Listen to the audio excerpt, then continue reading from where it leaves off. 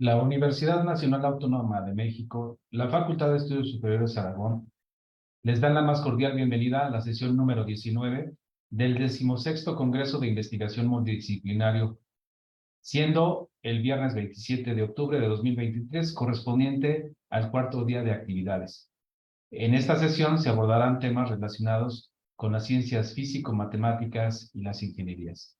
Para dar inicio con nuestras ponencias, quiero anunciar como primera ponencia la conexión WebStock en un servidor mínimo implementado en FPGA usando módulo de cálculo de resumen de SHA-1.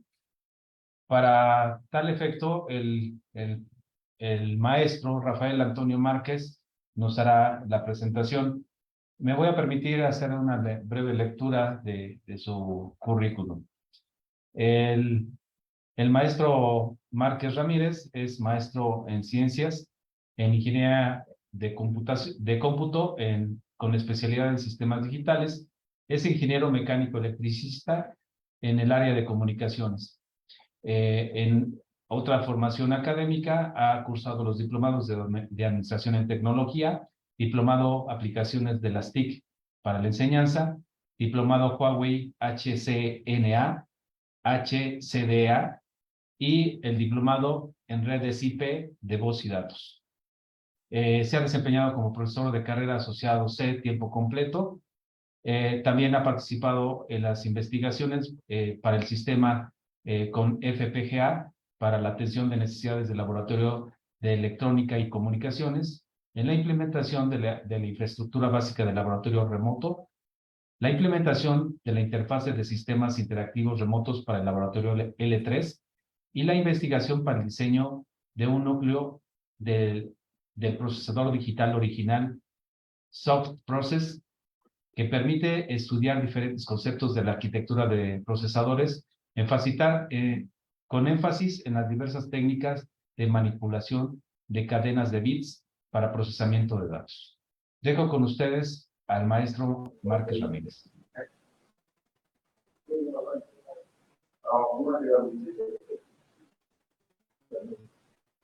Buenas tardes.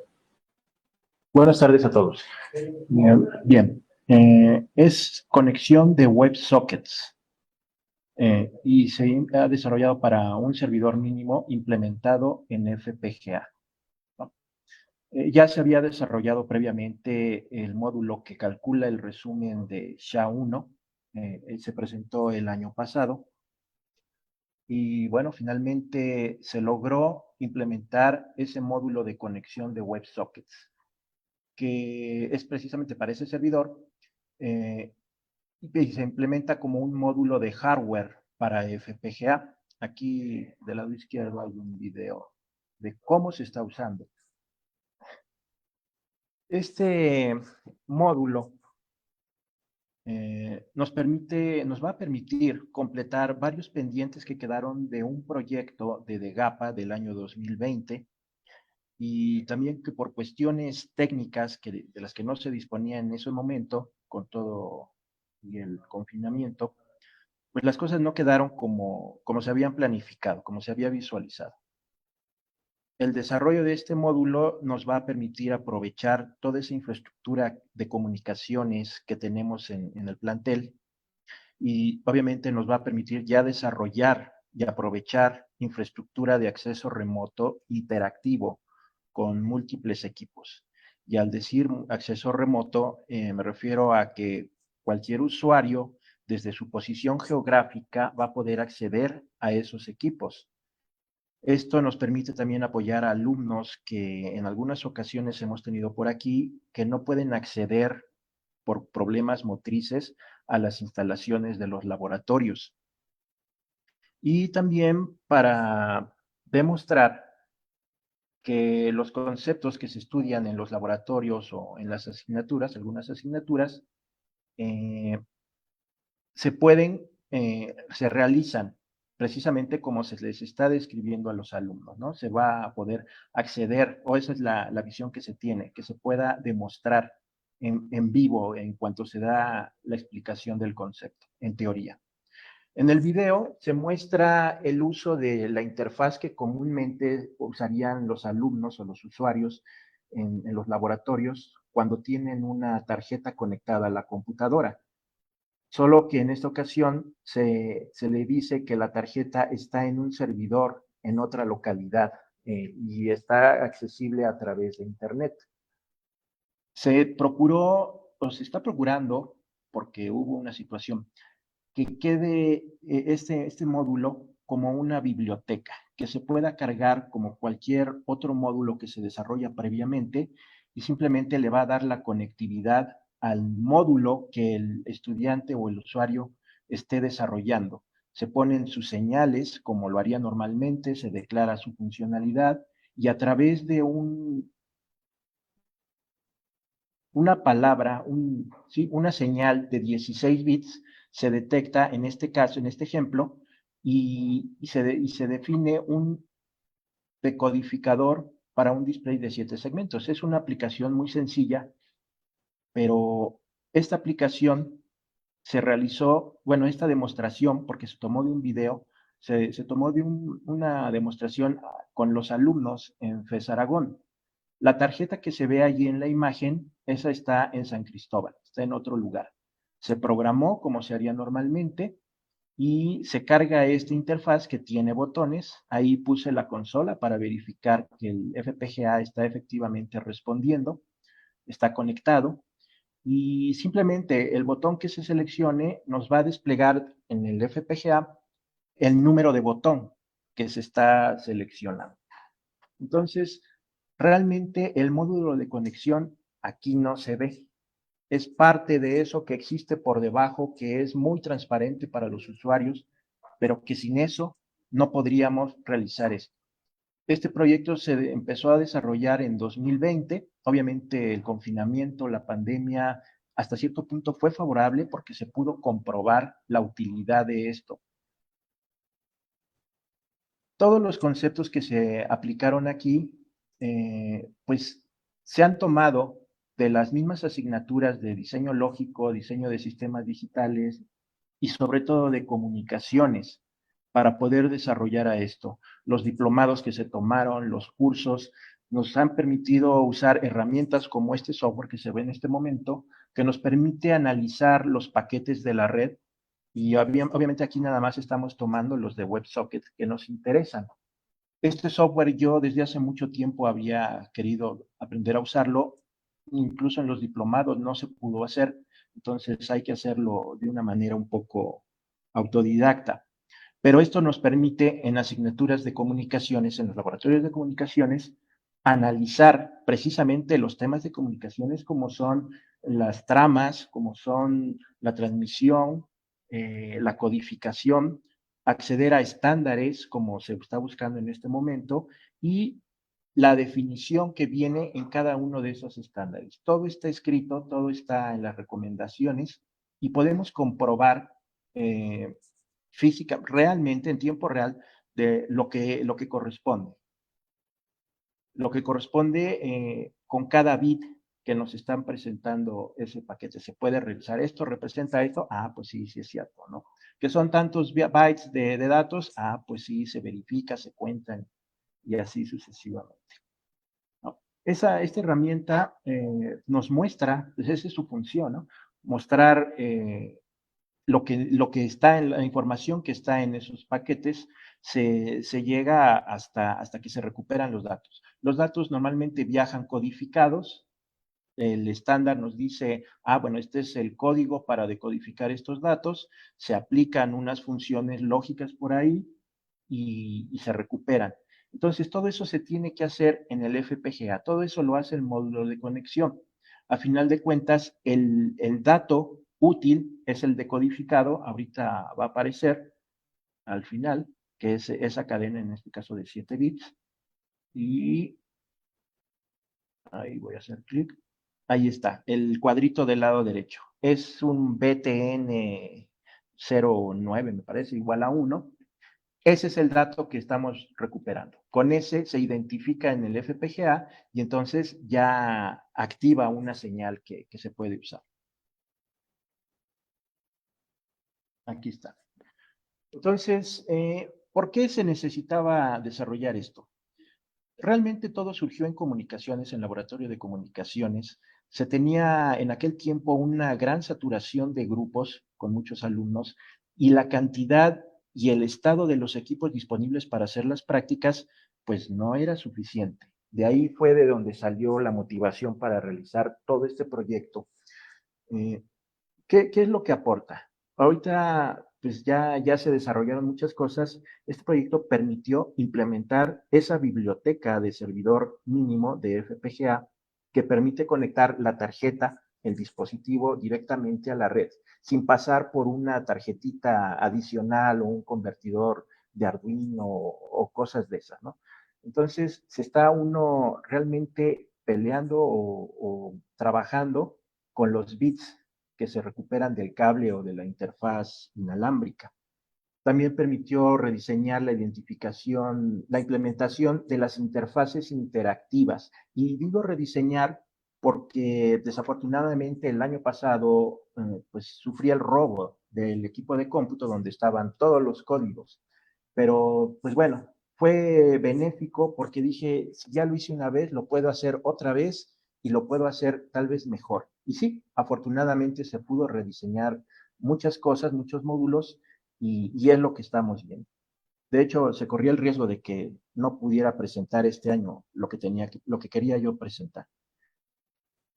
También la manipulación, bueno, lo que nos aporta es la manipulación real y individual, sobre todo, de los equipos disponibles en línea para que los alumnos desarrollen las habilidades necesarias y se hace de forma personal, no dependiente.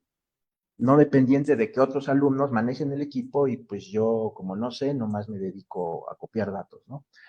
También para protección y conservación física de los equipos. Precisamente el estado de los equipos es porque pues ya el uso finalmente cobra su factura y se van degradando los equipos. Entonces aquí nos pueden durar más o incluso los equipos que ya tienen ciertos daños, ahorita podríamos reutilizarlos y hacerlo de manera remota.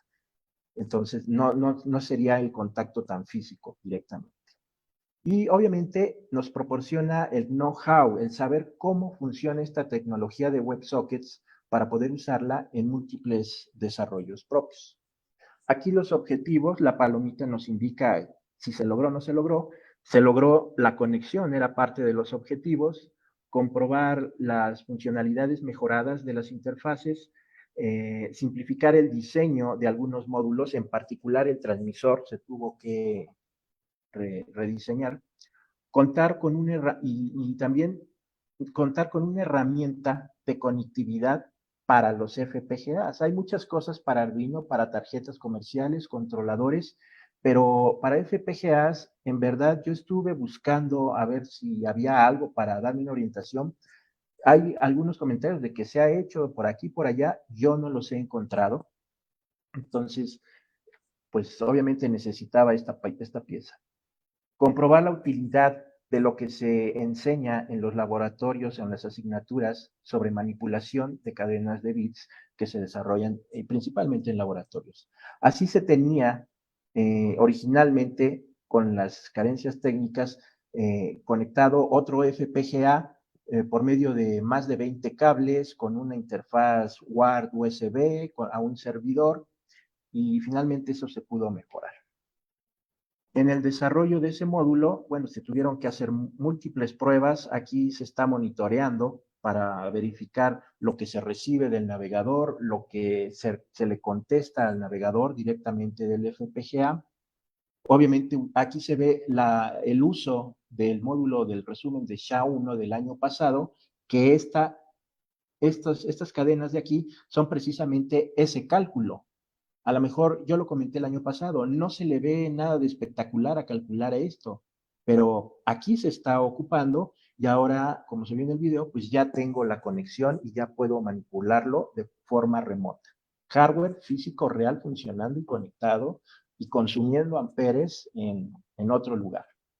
Se logró la conexión. Cuando vi esta palabrita, finalmente casi pude descansar porque era para lo que se había trabajado. Esa fue la primera vez que lo vi. Y de esos más de 20 cables, pues ahorita, en este momento, está así. Ay, sí, con su Durex, ok. Pero ahora solo son 5 cables que están conectados a través de este modulito directamente al módem en su pobre casa allá en San Cristóbal. Y desde aquí, FES Aragón, podemos programar esta tarjeta.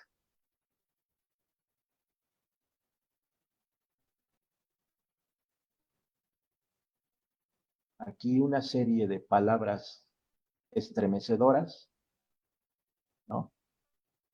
Que las pongo precisamente porque a veces hay compañeros, hay alumnos que me cuestionan, ¿no? Bueno, y todo esto que vemos en los laboratorios, ¿de qué me va a servir? Aquí está una evidencia de en dónde se aplica todo eso que vemos, porque es lo único que se ha utilizado. ¿Qué asignaturas se van a ver beneficiadas? Diseño lógico, diseño de sistemas digitales, obviamente comunicaciones o las materias de comunicaciones, varios laboratorios. Tenemos pendiente o ya estamos en posibilidad ahora sí de desarrollar el análisis y la planeación para las prácticas remotas. Hay que hacer la depuración y la optimización del módulo para que consuma menos recursos. Trabajar en las aplicaciones para elaborar las prácticas, hardware de interconexión, ponerlo en la plataforma de Educativ, porque realmente ahorita nada más hemos usado el aula educativa de la FES, pero el objetivo es ponerlo ahí y trabajar también para otros objetivos que están muy relacionados con Educativ. Trabajar en los materiales digitales, la capacitación y la difusión para quien quiera usarlo, ¿no? O le interese hacer esto. ¿Qué nos deja como la mayor ganancia? Bastante material de estudio para las asignaturas de comunicaciones, algo acerca de redes y sobre todo el apoyarse en los desarrollos, en los proyectos y en los temas que se estudian en las asignaturas o en los laboratorios de electrónica, como son los de principalmente diseño digital y pues obviamente comunicaciones, ¿no? Y bueno, esa es la presentación de mi parte.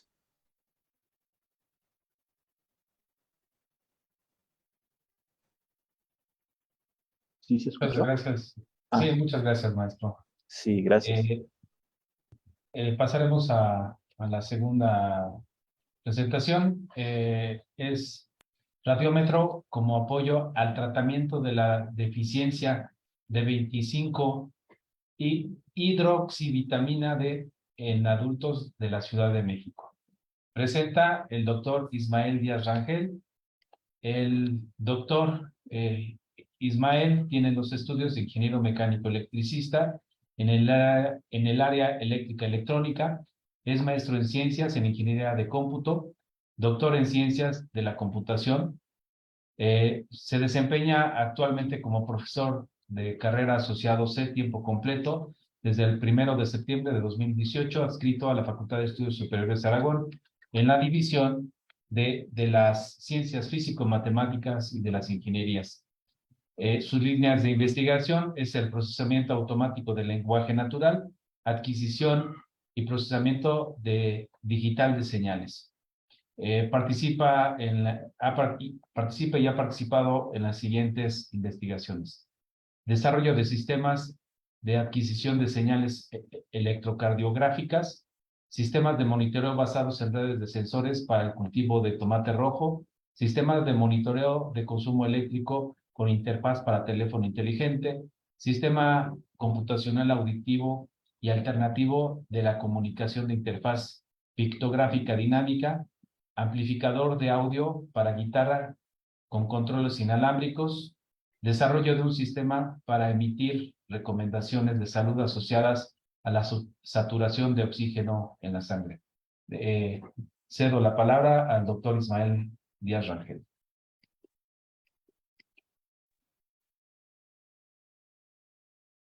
Sí, muy buenas tardes. En esta ocasión la presentación la va a realizar el maestro en Ciencias de la Computación, Juan Manuel Hernández Contreras, y le cedo la palabra para ello. Muchas gracias.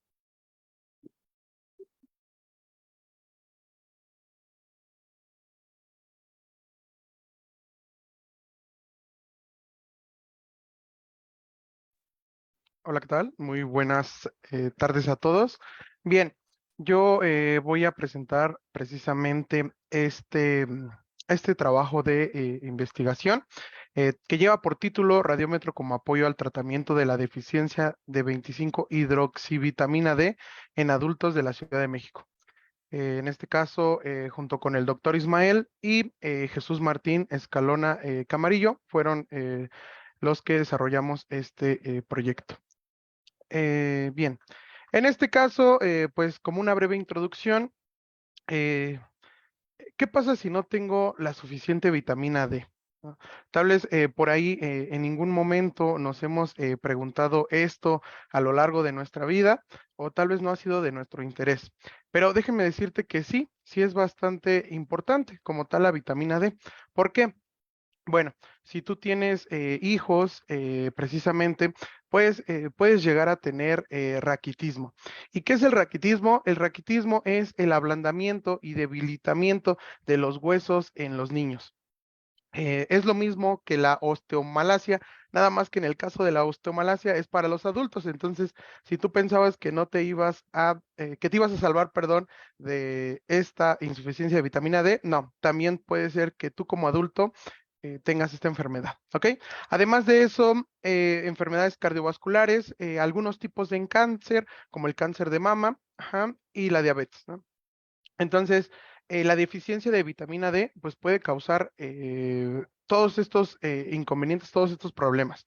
¿Por qué? Bueno, principalmente porque la vitamina D sirve como, facilita, perdón, la absorción de calcio y fósforo. Entonces, eso al final de cuentas, ¿en qué se traduce? En los huesos, ¿vale? Bien. Eh, ¿Qué pasa en este caso si yo quiero incrementar mis valores o mis niveles más bien de vitamina D? Bueno, primero que nada te voy a recomendar, como si fuera un anuncio de televisión, te recomiendo que por favor asistas con tu médico de cabecera para que te realice los estudios necesarios y saber si tienes alguna deficiencia de vitamina D o no la tienes, ¿no? Entonces, para que vayas con él. Pero seguramente una de las recomendaciones que te hará es precisamente que te vayas a tomar el sol, pero no crees que te debes de tomar el sol durante un periodo largo de tiempo. No, realmente lo recomendable es que tú tomes alrededor de o en un promedio de entre 5 a 15 minutos.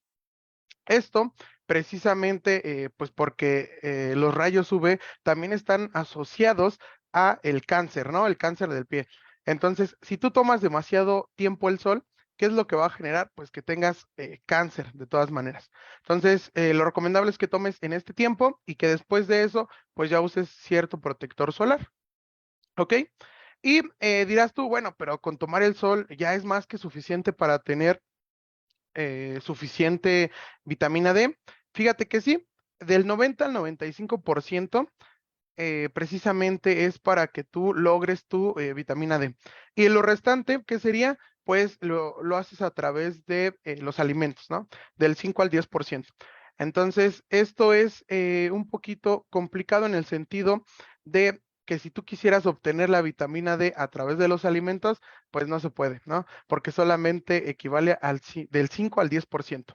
Ahora bien, en este caso, cuando nosotros tenemos países precisamente que son, eh, que en algún periodo de tiempo, generalmente en la estación del invierno, no hay sol, ¿qué es lo que sucede? Por ejemplo, Alaska, en algún periodo de tiempo, mientras que es invierno precisamente, hay días que no sale el sol, ¿no? 1 o 2 días. Entonces, ¿cómo le hacen ellos si no pueden tomar el sol? Bueno, países desarrollados o desarrollados, perdón, este, países desarrollados como tal, lo que hacen es tener una suplementación de la vitamina D. En el caso de México, especialmente hablando en cuestión de toda Latinoamérica, sí tenemos buenos niveles de sol como tal, durante las 4 estaciones del año, un poquito menos en invierno. Sin embargo, es lo suficiente para que tú tuvieras unos niveles buenos de vitamina D.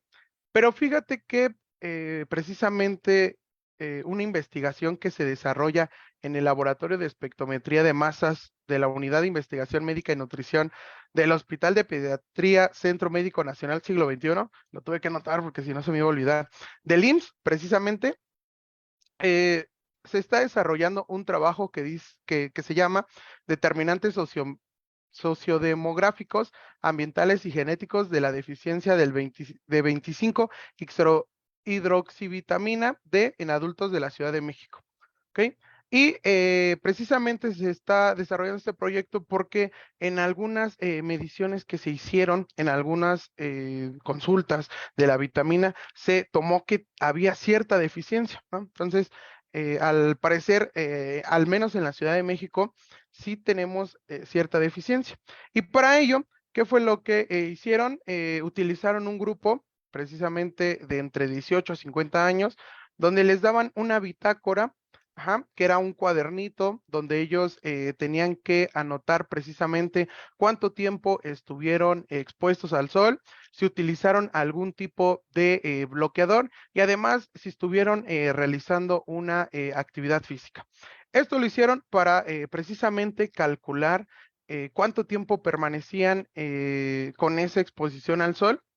Sin embargo, en muchas de las ocasiones había problemas, ¿no? ¿Por qué?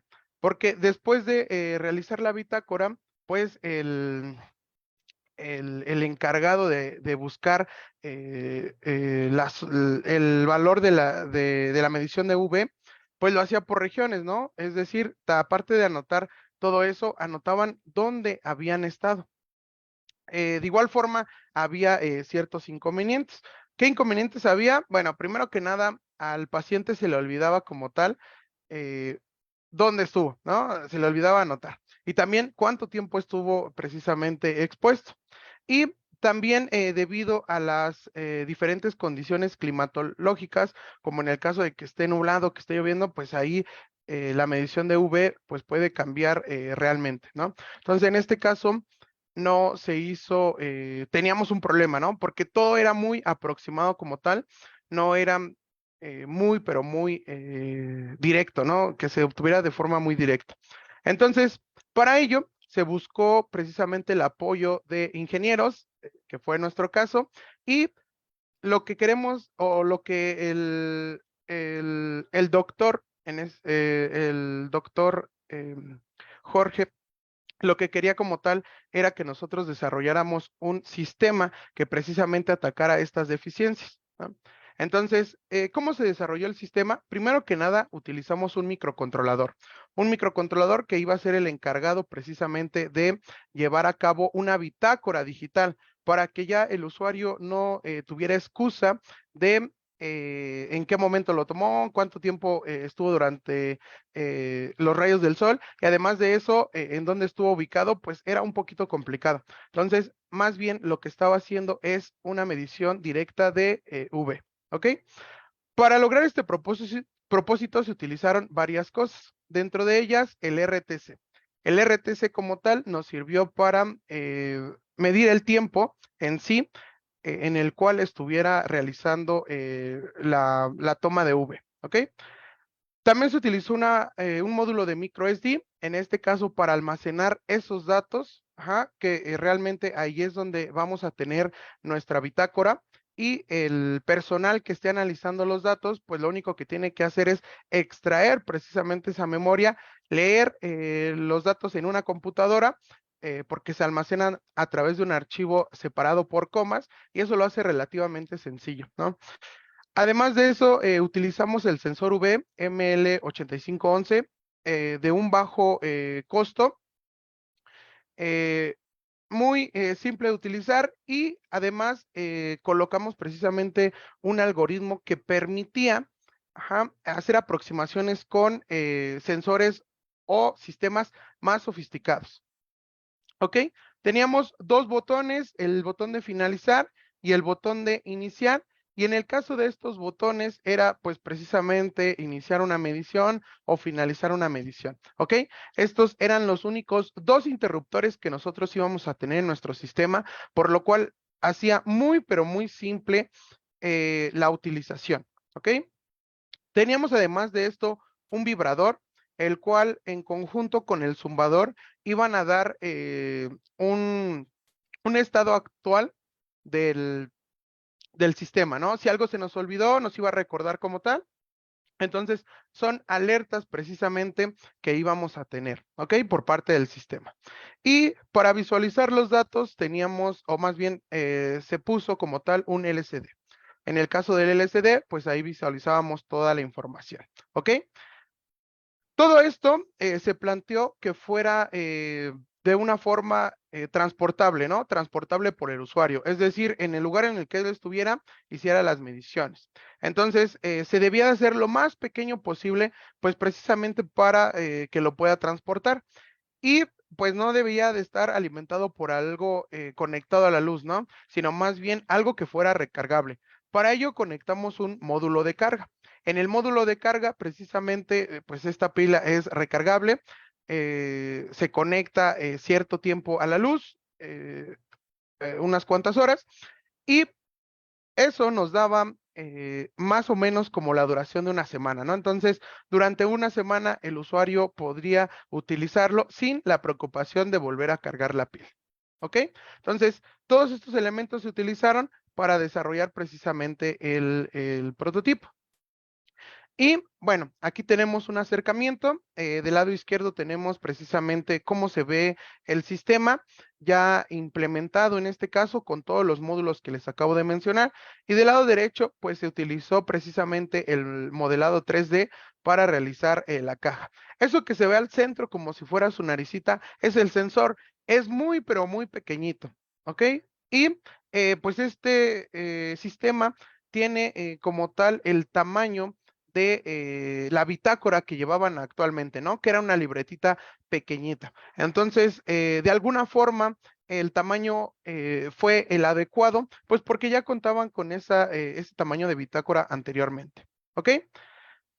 De tal forma que el funcionamiento de este sistema era de la siguiente manera. Bueno, aquí estoy poniendo una breve simulación de cómo funcionaba.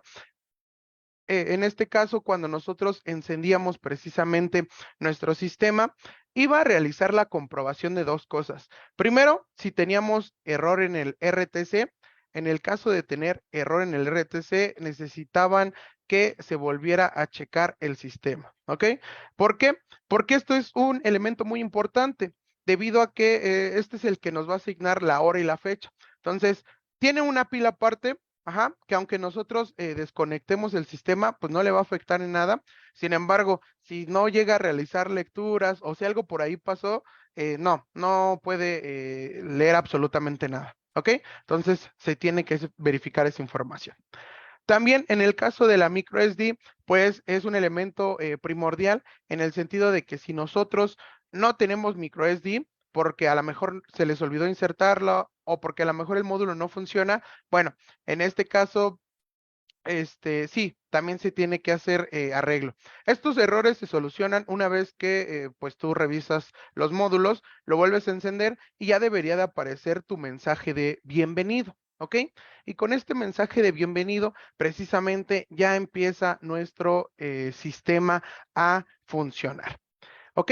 Entonces, aquí el chiste es que el usuario llevara esta caja con él en todo momento para que pudiera precisamente realizar las mediciones en cualquier lugar en el que se encontrara. ¿Vale? Lo que hacía era precisamente presionar el botón de iniciar. Y entonces cuando presionaba el botón de iniciar, ¿qué era lo que sucedía? Podría aparecer un error en el caso de que estuviera fuera de horario. ¿Por qué? Porque recuerda que pues no todo el tiempo tenemos sol, ¿no? Por lo general va en un horario de las 6 a las 8 de la noche donde todavía tenemos sol.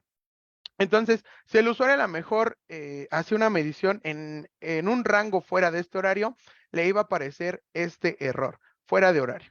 ¿Ok?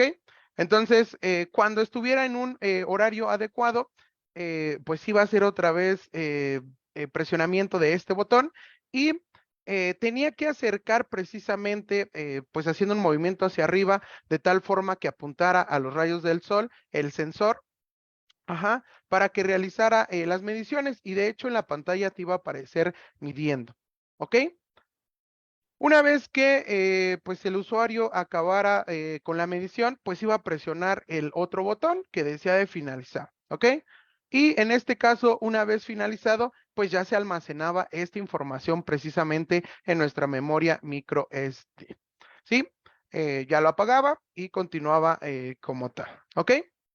Entonces, es muy, pero muy sencillo de utilizar en el sentido de que nada más requiere de 2 botones, por lo cual en el rango de edad que se establece para los pacientes, pues está bien, ¿no? No necesita de una información extra. Con ello tenemos los resultados y en este caso lo que estoy mostrando en este momento precisamente es pues la bitácora, ¿no? Tenemos por ahí eh, una columna que nos dice el olvido y tenemos la hora inicial, la hora final, etcétera, también el año, los minutos expuestos, ¿ok? Además de eso, finalizo con esto. Además de eso, se hizo una comparación con unos sensores y con la estación que precisamente lee los UV de la Ciudad de México y se mostró de color naranja en el caso de nuestro sensor y de color gris los otros dos, que teníamos un acercamiento muy, pero muy, mucho, ¿no? En este caso, la única diferencia era del 1.26%, ¿vale?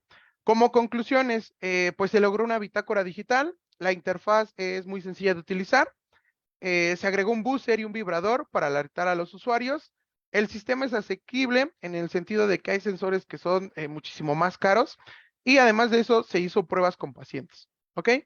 Bueno, esto es todo de mi parte. Muchas gracias. Agradezco la participación del ingeniero Hernández. Pasaríamos a la intervención número 3, que es modelando el impacto de los contagios de COVID-19 al interior del transporte público y su incidencia al interior de las alcaldías de la Ciudad de México.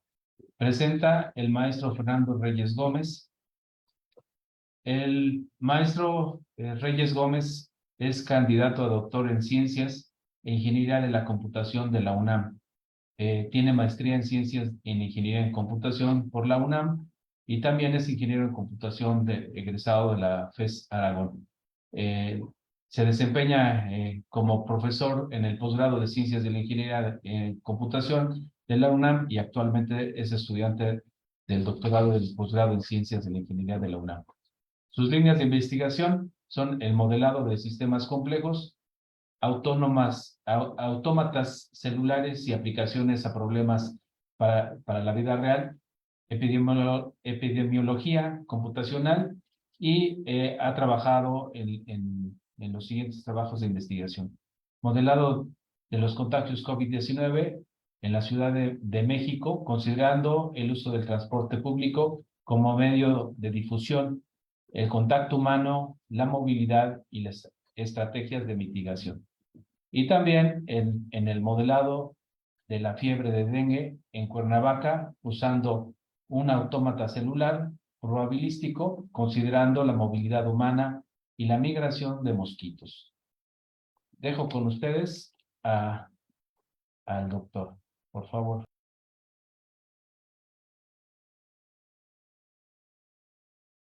Gracias, buenas tardes.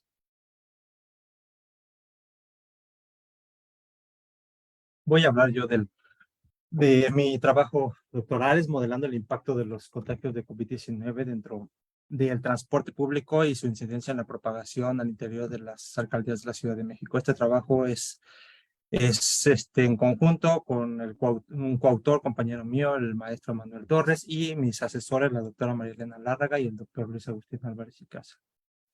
Bien, la agenda que voy a seguir es muy sencilla. Inicio con una introducción solamente para contextualizar el primer año de la pandemia en México, que es lo que esta investigación está llevando a cabo. Presento el modelo que hicimos, la simulación y resultados y finalmente las conclusiones. Para contextualizar un poco, voy a hablar de el primer año de pandemia, porque este es el tiempo en el que centramos nuestra investigación. A nivel mundial, dentro del primer año, y estoy hablando primer año, cuando me refiero a primer año, me refiero a desde que llegó a México, por supuesto, porque en China sucedió mucho antes. Entonces estamos hablando de un periodo de el 1 de marzo aproximadamente del 2020 al 1 de marzo del 2021. Estas son las fechas en las que me voy a basar en todos estos datos y la investigación.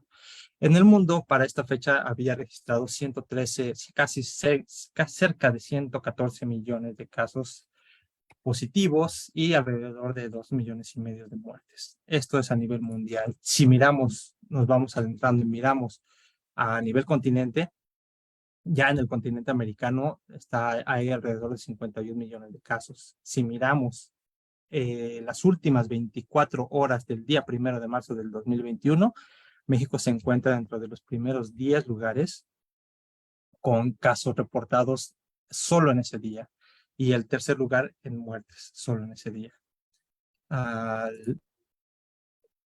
Si miramos cifras totales, ya centrándonos un poco en lo que nos interesa, que es México y la Ciudad de México, si miramos las cifras totales de casos acumulados, México se encontraba a esas fechas en el quinto lugar a nivel continente, con más de 2 millones de casos confirmados, y en tercer lugar en muertes que se registraban. Estas cifras, por supuesto, son preocupantes de estar dentro de los primeros lugares.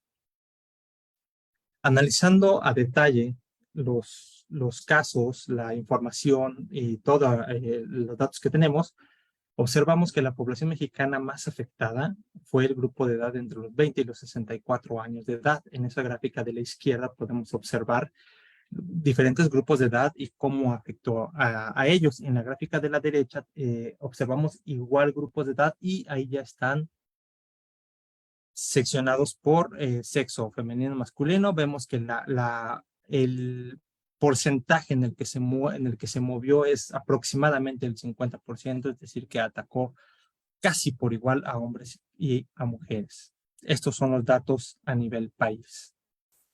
Si miramos los datos por estado de nuestro país, vemos que la Ciudad de México concentra más del 26% de todos los casos del país, siendo la ciudad con más casos y en primer lugar está la Ciudad de México con más casos reportados y en segundo lugar se encuentra el Estado de México. Los que somos de aquí sabemos que la Ciudad de México y el Estado de México están muy interconectados. Existe una gran cantidad de movimientos de viajes que se realizan desde un punto a otro. Como dato adicional, la Ciudad de México es una de las 10 ciudades más pobladas del mundo. Bien, se estima que dentro de la Ciudad de México se realizan cerca de 7 millones de viajes diarios tan solo en transporte público por personas de todas las edades. Se sabe que el uso del transporte público aumenta el riesgo de contraer infecciones respiratorias como el COVID-19, pues se potencializa el riesgo de contagio al estar en un ambiente cerrado y con poca ventilación. Además de que se potencializa este transporte sirve a la vez como un medio para llevar el virus desde un punto a otro punto. Entonces, estas dos características de la Ciudad de México, la alta densidad poblacional y la alta movilidad que tiene, generan el escenario perfecto para una rápida propagación del COVID-19. Así, el objetivo de este trabajo de investigación es comprender el papel del uso del transporte público en la transmisión de COVID-19 en la Ciudad de México a través de un modelo epidemiológico. Además, evaluamos la rigurosidad en el cumplimiento de las medidas de mitigación para que esto pudiera ser de apoyo en toma de decisiones. A continuación, este es el modelo, lo voy a presentar. El modelo que estamos proponiendo es un modelo discreto, metapoblacional, probabilista y estructurado por edad. Está basado en dos cosas. Está basado en la dinámica de los autómatas celulares y también en los modelos epidemiológicos compartimentales. Así conceptualizamos la Ciudad de México, cada uno de sus alcaldías los conceptualizamos como un nodo y tenemos así una red de nodos interconectados entre sí, donde cada nodo representa una alcaldía de la Ciudad de México y el valor de las aristas entre ellos lo determina la cantidad de viajes diarios que se realizan en transporte público entre esos dos nodos. De esta manera tenemos una red de nodos interconectados todos contra todos y bidireccional.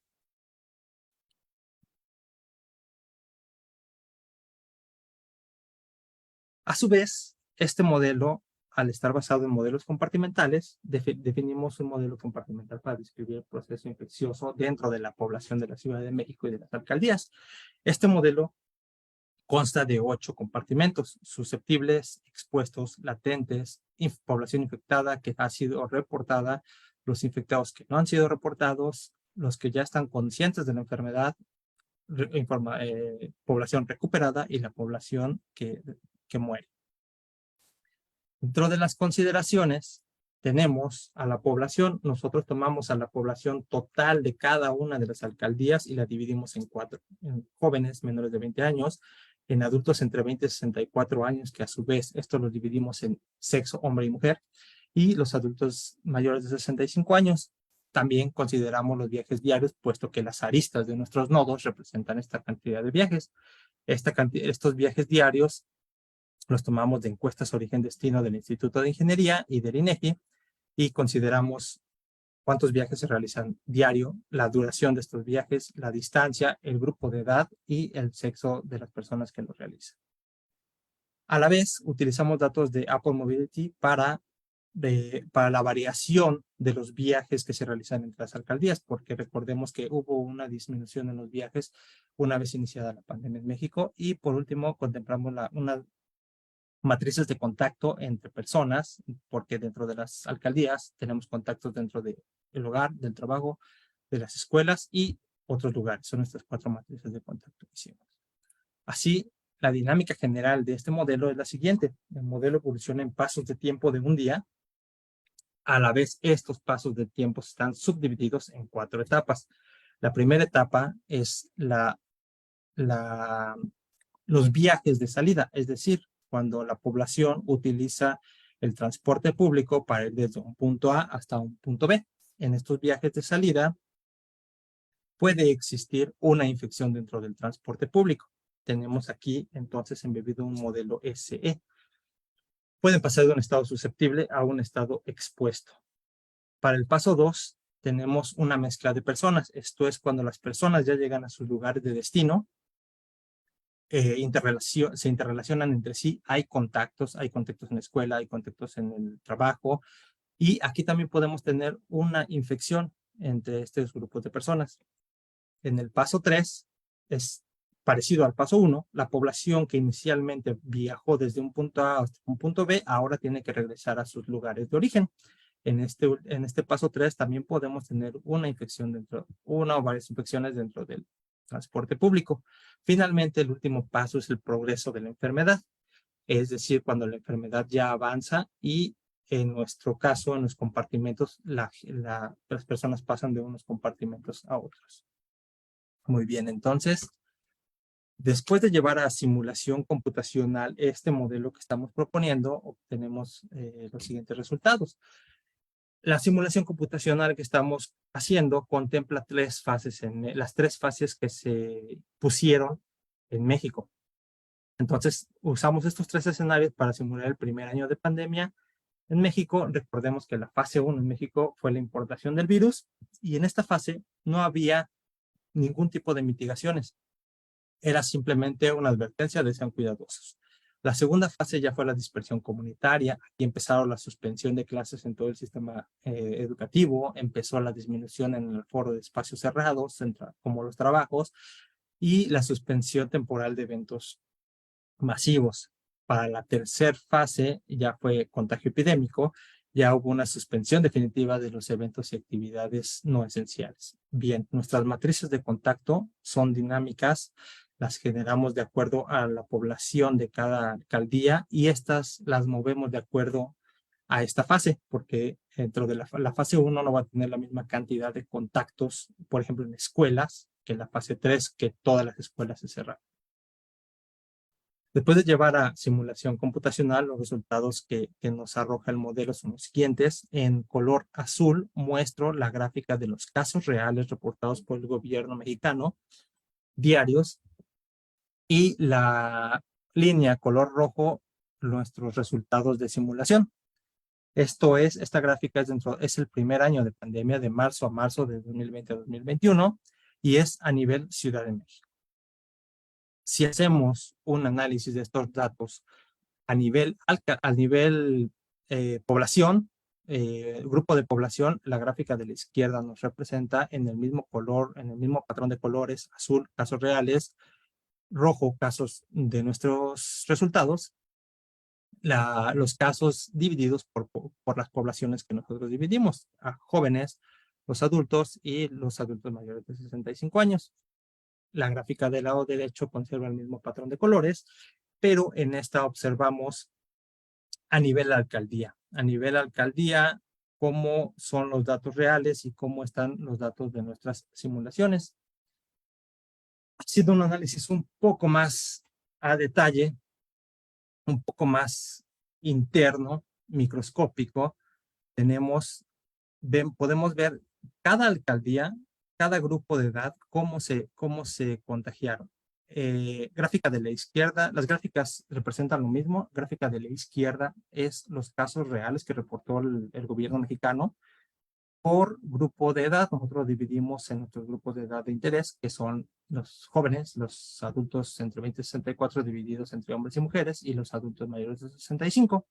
La gráfica de la derecha son ya nuestros resultados de simulación. Esto es después los casos acumulados por alcaldía y por grupo de edad después de un año de pandemia. Vemos que el resultado cualitativo es bueno. Una vez obteniendo estos resultados globales de la Ciudad de México y luego microscópicos de las alcaldías y de los grupos de edad, realizamos un análisis del transporte público e identificamos las rutas críticas que tiene la Ciudad de México.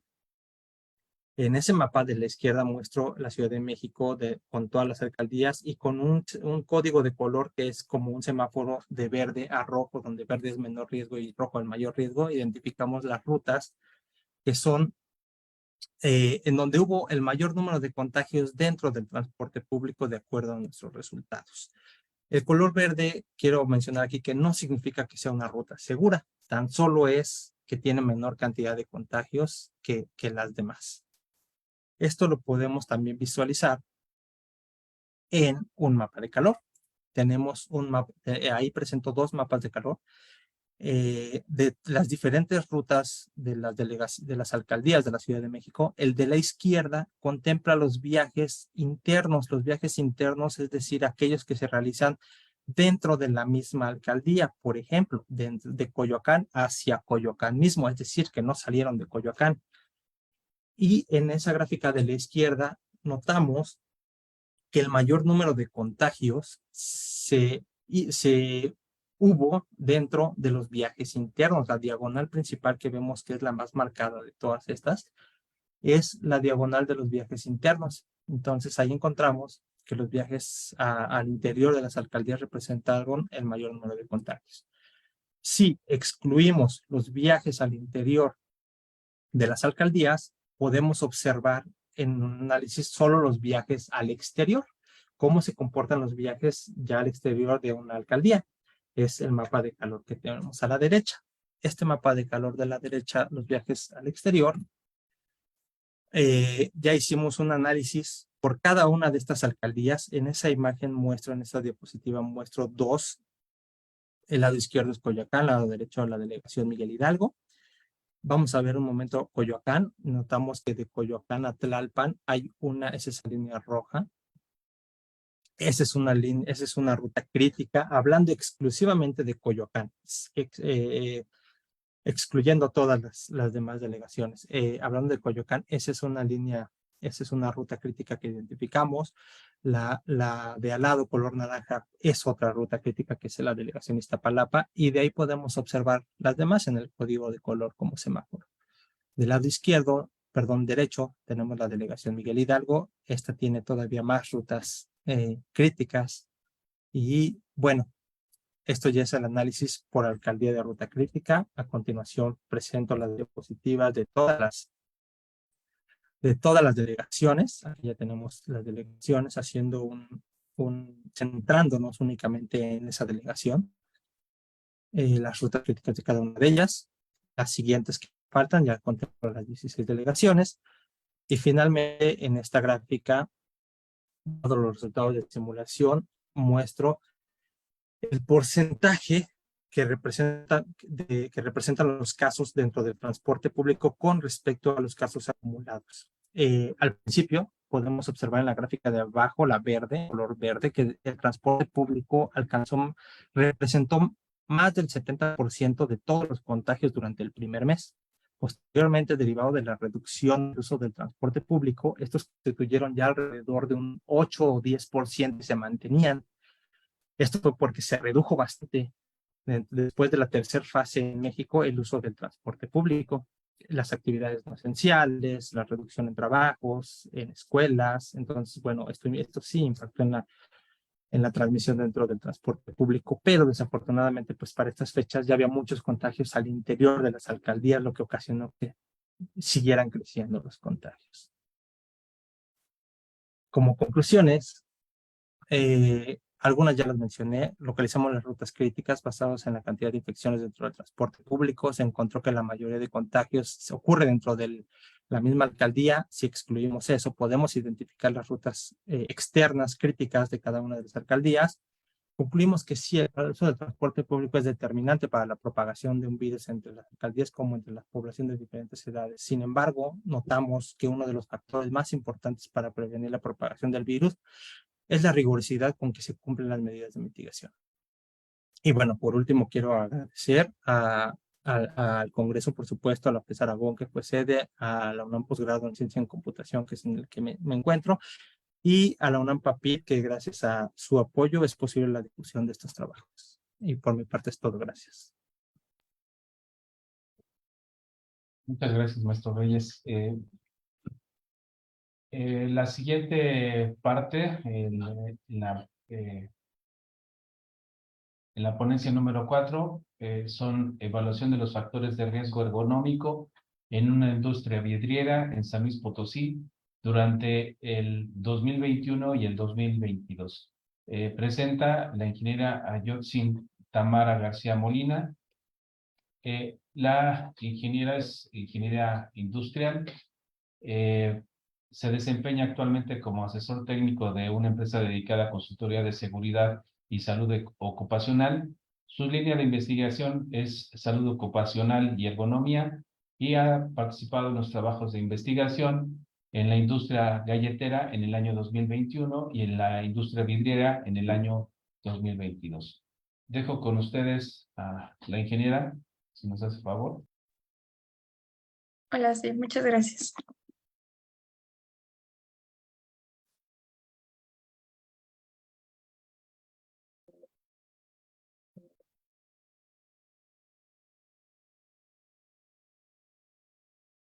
Hola, buenas tardes. Mi nombre es Ayotzin Tamara García Molina.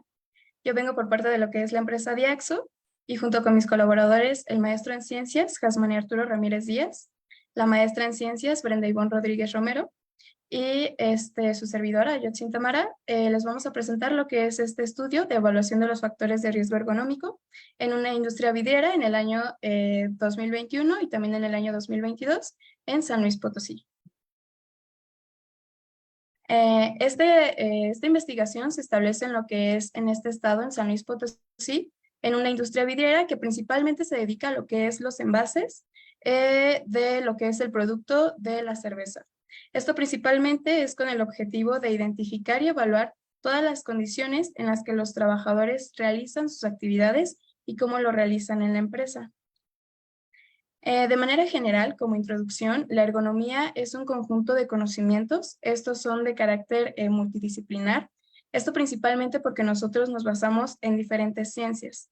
Estas pueden ser, por ejemplo, la anatomía, la biomecánica, la fisiología, la psicología, entre otros. Esto principalmente para que nosotros podamos adecuar lo que son los productos, los sistemas y los entornos para que se pueda optimizar esto en cuestión de la productividad de la empresa, en la seguridad de los trabajadores y en su bienestar. En esto se incluyen lo que son estos tres tipos de factores. en lo que es la ergonomía, que son los factores psicosociales, los factores organizacionales y los factores biomecánicos. Los factores biomecánicos van a ser todos aquellos elementos que principalmente pueden ser las posturas inadecuadas, movimientos repetitivos o manejo manual de cargas. Los factores psicosociales van a ser todos aquellos factores que me pueden generar a mí lo que es estrés, ansiedad o depresión grave propiamente por mis actividades laborales. Y los factores organizacionales son todos aquellos elementos ya basados en la organización, en su sistema y en sus procesos. Todo esto va a tener lo que es un enfoque biopsicosocial.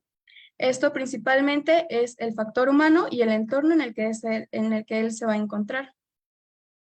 Como objetivos tenemos lo que es el objetivo general, que es evaluar los factores de riesgo ergonómico del año 2021 y también del año 2022 en esta industria.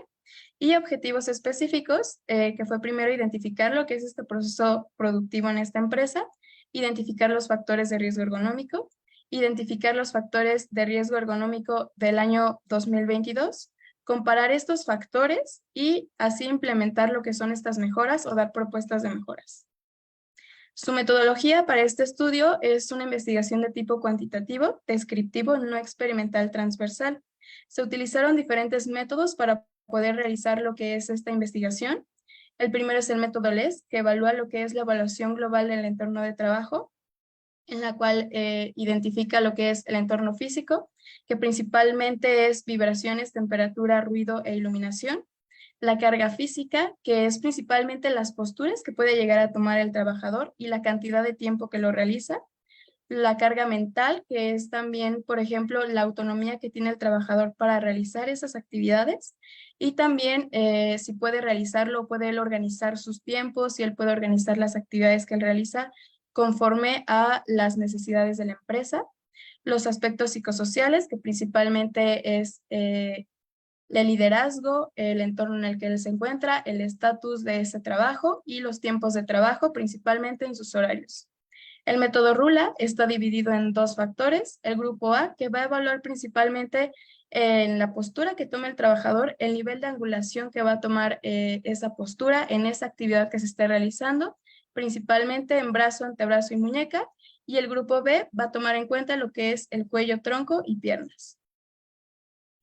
Además de ello, se toma en cuenta lo que es el método ROSA, que es principalmente actividades que son de personas que están en actividades en oficina, que tienen que realizar actividades frente a una computadora. Este método toma en cuenta lo que es la silla, la pantalla, el teclado, el mouse y el teléfono. El checklist SOCRA, que principalmente evalúa movimientos repetitivos, cómo es el factor de recuperación, cuánto tiempo necesita el trabajador para poder recuperarse, la frecuencia con lo que lo realiza, el nivel de fuerza que él debe de aplicar, las posturas que él toma y los factores de riesgo adicional que pueden ser, por ejemplo, el equipo de protección personal o el nivel de temperatura al que él está expuesto. La ecuación NIOSH es principalmente la distancia horizontal. Esto va a ser basado en el manejo manual de cargas. La distancia horizontal va a ser a partir de lo que es del frente del trabajador, la distancia que debe de tomar al momento de levantar lo que es la carga. La distancia vertical va a ser esta distancia de lo que es a partir de sus pies a la cantidad de distancia que debe de hacerlo para poderlo levantar. El nivel de angulación que toma, la frecuencia con lo que realiza la actividad y el tipo de agarre que debe de utilizar para levantar esa carga.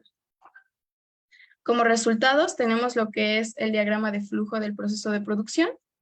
Este diagrama es principalmente iniciando desde lo que es el recibo de la materia prima, que es de arena de sílice, pasando a lo que es la fundición de estas botellas, principalmente de este vidrio, pasa a formar lo que es el envase de vidrio y empieza con varios sistemas de inspección de calidad para que al final se pueda decorar el envasado.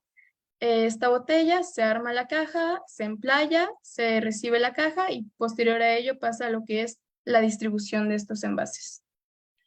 Como resultados específicos de estas actividades se identificó lo que es el método LES, como les comentaba. Esto principalmente se identificó que el 20% tuvieron lo que es la carga física, la carga mental, un nivel de riesgo alto aumentó un 20% y un 60% en aspectos psicosociales y en tiempos de trabajo. Lo que es el método RULA y se identificó que el 40% aumentó su nivel de riesgo, esto principalmente en puestos de trabajo en los que deben de tener un trabajo muscular estático y también principalmente lo que son trabajadores mecánicos. Lo que es el método NIOSH, que es el manejo manual de cargas, se identificó que el 36% sí disminuyó su nivel de riesgo, 14% se mantuvo, pero el 50% aumentó su nivel de riesgo. Esto principalmente para personas que hacen este manejo manual de cargas, como son los mecánicos y el técnico de máquina IS, que es principalmente el que se encuentra en las máquinas formadoras, que debe de estar inspeccionando la botella de vidrio, a pesar de que está expuesto a lo que es el calor, tiene que estar constantemente realizando, además de movimientos repetitivos, pues este manejo manual de cargas constantemente. El método del checklist OCRA, que son movimientos repetitivos, se identificó que el 36% sí disminuyó este nivel de riesgo, pero el 9% aumentó este nivel de riesgo, principalmente en lo que es el operador de silos, que es prácticamente darle mantenimiento a los silos de lo que es la arena sílice que va cayendo para lo que es el proceso. Lo que es el método ROSA, que es trabajo en oficinas, se identificó que el 33% desapareció la actividad por completo, pero el 67% aumentó este nivel de riesgo. De manera general, lo que son estas estrategias para mejorar estos factores de riesgo identificados en lo que es esta industria, se presentan diferentes opciones dependiendo de lo que es este puesto de trabajo, pero principalmente es disminuir estos tiempos a la exposición de calor, tener una mayor rotación en lo que es el personal, implementar áreas con aire acondicionado, porque principalmente como es una industria vidriera, tienen un nivel de temperatura muy elevado, implementar lo que son pausas oficiales, mayor iluminación en las áreas, también fomentar el ejercicio e implementar pausas activas principalmente cada 2 horas por máximo 10 minutos. Esto normalmente se recomienda para que también el trabajador no pierda el ritmo de trabajo que ya lleva durante su jornada principal. La rotación de actividades a nivel operación, el mantenimiento a las áreas, a los equipos auxiliares y colocar tapetes antifatiga. Darles también lo que es la capacitación en el manejo manual de cargas y también en higiene postural. Como conclusiones acerca de lo que es esta investigación, se identificó que el hecho de no implementar estas medidas que se hicieron en este estudio primero en el año 2021, el hecho de que no se hayan implementado, pues no solamente quiere decir que se haya mantenido ese nivel de riesgo ergonómico, sino que además de ello, aumentó ese nivel de riesgo y en este caso no solamente hace que el trabajador tenga un efecto perjudicial a su salud, sino también a la productividad de la empresa. Entonces, con esto les dejo esta frase que es: el mayor error humano que un humano puede cometer es sacrificar su salud por cualquier otra ganancia. Gracias.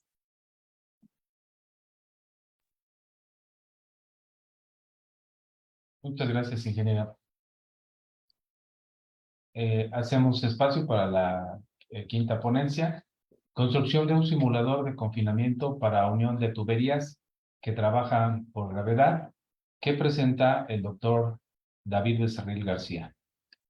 Es ingeniero mecánico electricista en el área mecánica.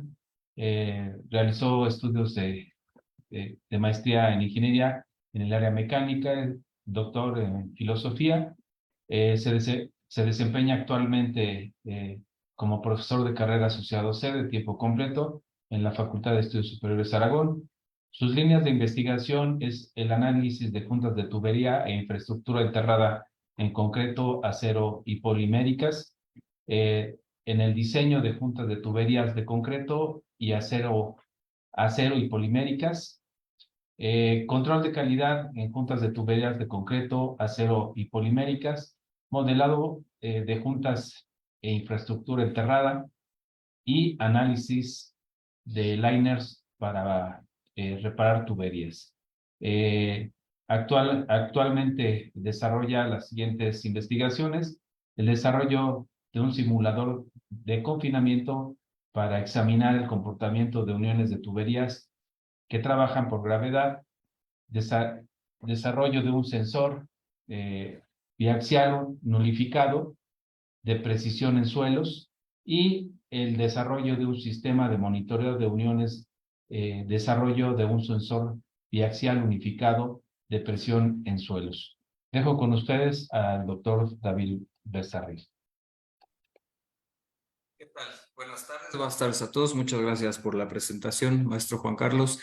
Bueno, como ya se mencionó, este trabajo tiene el título Construcción de un simulador de confinamiento para uniones en tuberías que trabajan por gravedad. Este trabajo lo presenté junto con el doctor Jacinto Cortés Pérez. Bueno, el contenido de mi presentación será el siguiente. Les hablaré, serán algunos temas del artículo que se envió a este congreso, la introducción, la justificación del por qué se hizo este proyecto, el planteamiento del problema, el objetivo general que tuvo, la metodología que se siguió y algunos resultados significativos. Bueno, entonces como introducción primero quiero aclarar la importancia que las tuberías tienen. Creo que todos estamos familiarizados con este tipo de elementos, ¿no? En particular les hablaré de la importancia que tienen las tuberías que trabajan por gravedad. Es muy importante en la infraestructura de las ciudades. Ejemplos de estas tuberías son las tuberías de drenaje, por ejemplo, de alcantarillado, las tuberías de drenaje pluvial y los conductos carreteros. Entonces, su desempeño es muy importante. Algo en particular, un elemento particular de estos componentes de las tuberías son las uniones o juntas. Estos componentes, como seguramente saben, se utilizan para unir un tramo de tubería con otro y así lograr tuberías mucho más largas. El desempeño de estos componentes, de estas uniones o juntas es muy importante porque fallas en estos elementos pueden provocar problemas severos. Por ejemplo, pueden reducir la vida útil del sistema, lo cual es inadecuado, ¿no? Por otro lado, se pueden generar problemas ambientales. Pongamos el caso de tuberías de alcantarillado, de drenaje, que están fugando a través de las uniones. Eso provocaría que el suelo se contamine, mantos freáticos, mantos acuíferos que se contaminen y eso no es adecuado. Por otro lado, también fallas en estos elementos pueden generar fallas estructurales. ¿A qué me refiero con esto? Pensemos una tubería, la unión de una tubería que está fugando o que se está infiltrando algún fluido. Esto puede generar que el suelo se reblandezca o que exista migración del suelo. Esto generaría que se reduzca la capacidad estructural del sistema suelo-tubo y eventualmente se puede generar un socavón, que me imagino que están familiarizados con esos, ¿no? Aquí les muestro dos imágenes. En la figura del lado izquierdo les muestro una fotografía de la inspección de una tubería en una ciudad de Canadá que es Hamilton, donde se ve claramente cómo en la unión existe infiltración, lo cual les digo puede llevar a problemas como los que les mencionaba.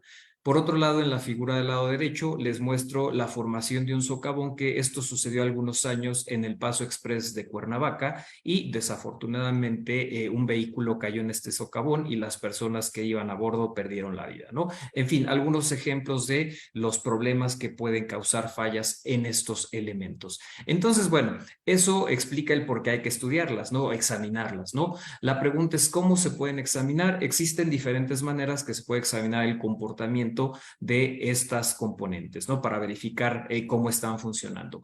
Tal vez el método más obvio sería hacer pruebas de campo, ¿no? Como la imagen que les muestro ahí.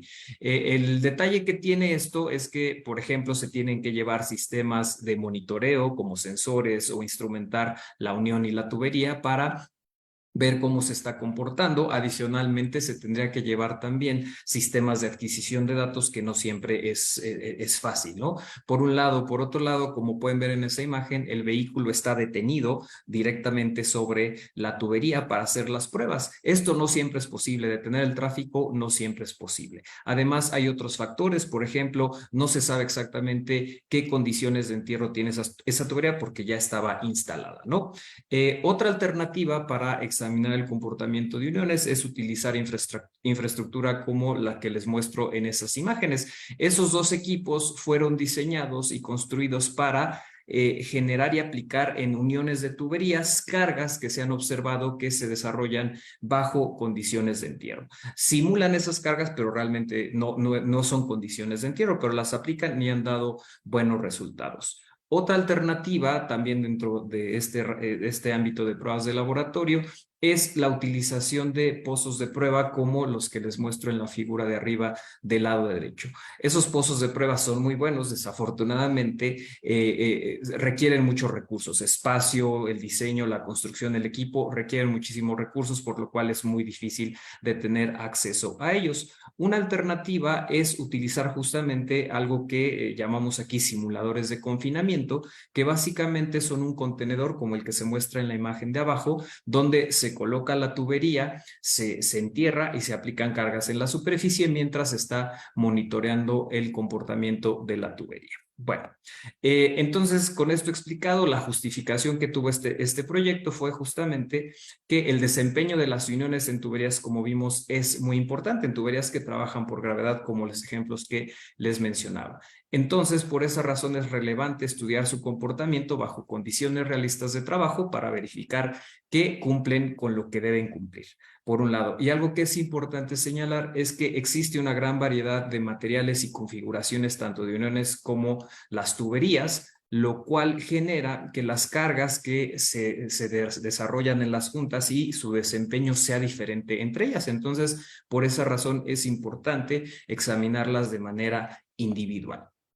Entonces, bueno, como les mencionaba hace un momento, los simuladores de confinamiento requieren menos recursos para su desarrollo y pueden dar, obviamente tienen limitaciones, pero aún así dan resultados adecuados. No existe este tipo de infraestructura en la entidad, estoy hablando de la FES Aragón, y es de nuestro conocimiento que tampoco existe una infraestructura como esta en la UNAM. Bueno, y como parte del proyecto PAPIT de la UNAM también, TA 100-719, se diseñó y analizó justamente un simulador de confinamiento para examinar el comportamiento en este tipo de uniones en las tuberías que trabajan por gravedad. Desafortunadamente, por las cuestiones, las restricciones que generó la pandemia y por limitaciones en los recursos, no pudo concluirse la construcción de este simulador. Entonces, bueno, el objetivo principal de este proyecto que estoy presentando fue finalizar la construcción y ajuste del simulador de confinamiento, el cual, como les mencionaba, es capaz de generar condiciones de cargas reales para poder examinar uniones en este tipo de tuberías que trabajan por gravedad. Entonces, para esto, primero les hablaré un poquito de cómo se realizó el diseño de este simulador. Este comenzó definiendo primero el tamaño del mismo, ¿no? Para definir el tamaño del simulador, se consideró examinar tubos de hasta 300 milímetros de diámetro nominal y que se pudiera examinar a profundidades de entierro de hasta 600 milímetros de profundidad, ¿no? Con estas dimensiones, como se ve en la figura del lado izquierdo, y tomando en cuenta ese prisma de carga, se consideró que el prisma de carga no llegara o no interfiriera con las paredes del simulador. Eso a 600 milímetros de profundidad. Como pueden ver en la figura del lado derecho, otra vez un prisma de carga similar. Lo que se buscaba es que en otra posición llegara justamente a donde se encuentra la unión de la tubería. Con estas consideraciones se definió que el simulador debía tener una altura de 1418 milímetros, un ancho de 1268 milímetros y un largo de 1898 milímetros. Una vez que se definieron estas dimensiones, se realizaron simulaciones numéricas utilizando el método del elemento finito en 2 dimensiones, con las cuales se determinó las cargas, las presiones a las que las paredes del simulador estarían sometidas. Con esas presiones y con algo que se llama, con un principio que se llama áreas tributarias, se definió un arreglo de perfiles estructurales que cumplieran con resistencia y rigidez. Aquí la resistencia puede ser obvio, ¿no? Que no fallen, ¿no? Pero la rigidez es algo muy importante. ¿Por qué? Porque las paredes del simulador deben de tener la rigidez adecuada. De lo contrario, las cargas que llegan a las uniones y a la tubería serían inadecuadas.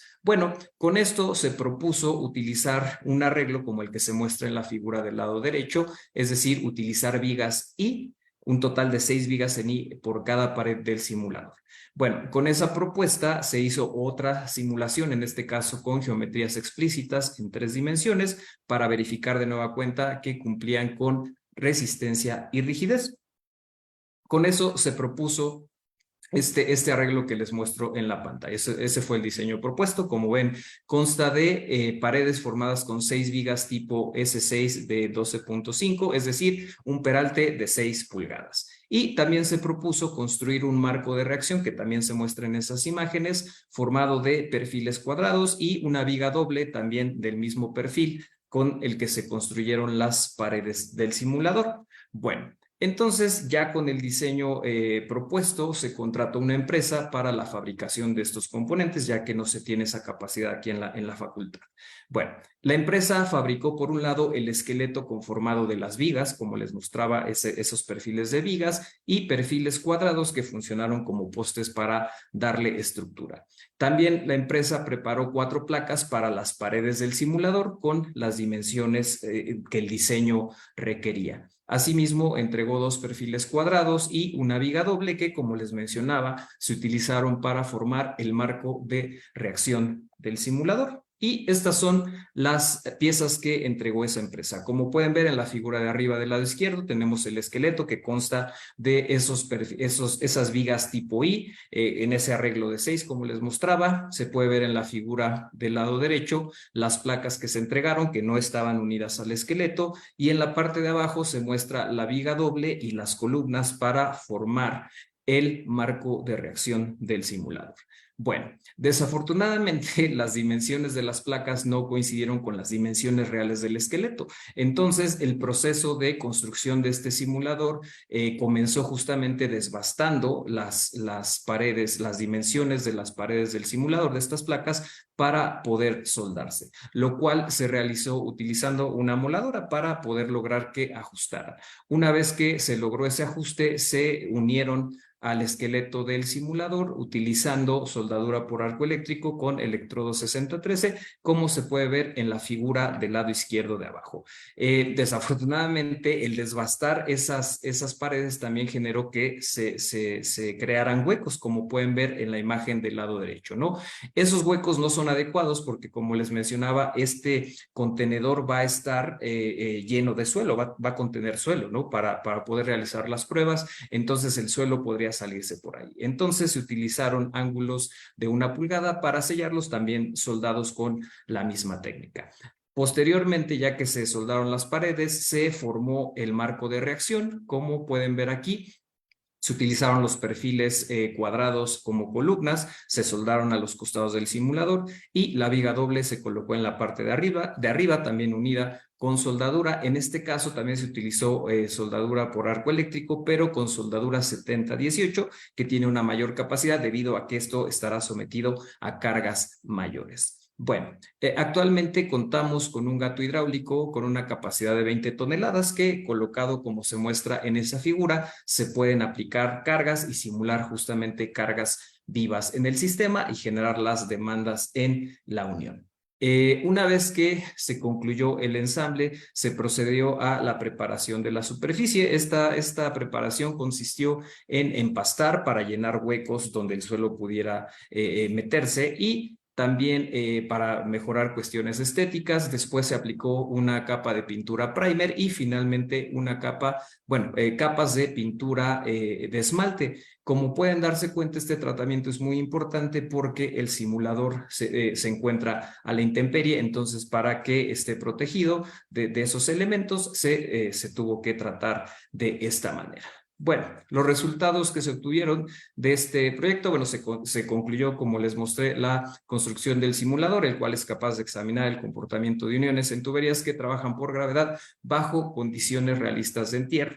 Eso es algo que se logró. Como les mencionaba, con las capacidades que ahorita tenemos, se pueden aplicar cargas vivas a través de ese gato hidráulico que tiene una capacidad de 20 toneladas. Como les mencionaba, las paredes del simulador tienen la resistencia y rigidez necesarias, según el diseño, para soportar cargas vivas y cargas muertas, lo cual, como les mencionaba, la rigidez en particular es muy importante, dado que si no se logran las cargas adecuadas en el en la unión que se está examinando. Este equipo, como vimos, permite evaluar la respuesta en uniones de tuberías con diámetros nominales de hasta 300 milímetros de diámetro, con las profundidades que les mencionaba, y se pueden examinar diversas condiciones de entierro y carga, lo cual lo hace ideal para hacer investigación.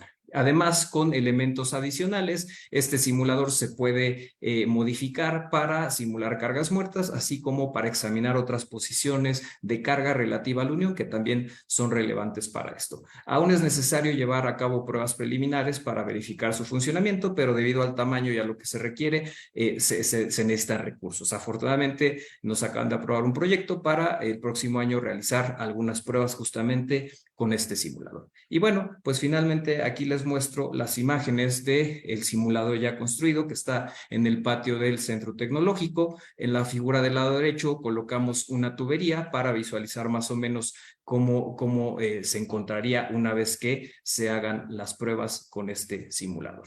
Bueno, pues solo me queda agradecer al proyecto PAPIT TA100 719 de la UNAM por brindar recursos para la construcción de este simulador, al profesor Martín Jiménez Magaña por su valiosa asistencia para realizar el ensamble y la construcción de este simulador, así como a los alumnos de Servicio Social, Rubí Juárez, Santiago Torres, Alejandro Rojas y Yoxán Benigno, por su ayuda, uno de ellos mostrado en esa imagen, y finalmente agradecer a la Facultad de Estudios Superiores Aragón y al Centro Tecnológico Aragón por su apoyo para la construcción de este simulador. Pues por mi parte es todo y al final de la sesión estaré pendiente por si hay preguntas o comentarios. Muchas gracias.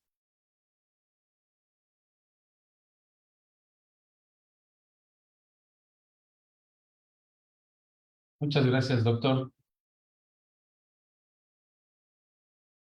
Damos paso a la quinta ponencia de esta sesión, que es análisis estructural de vigas sobre apoyos elásticos, que presenta el doctor Jaime Retama Velasco.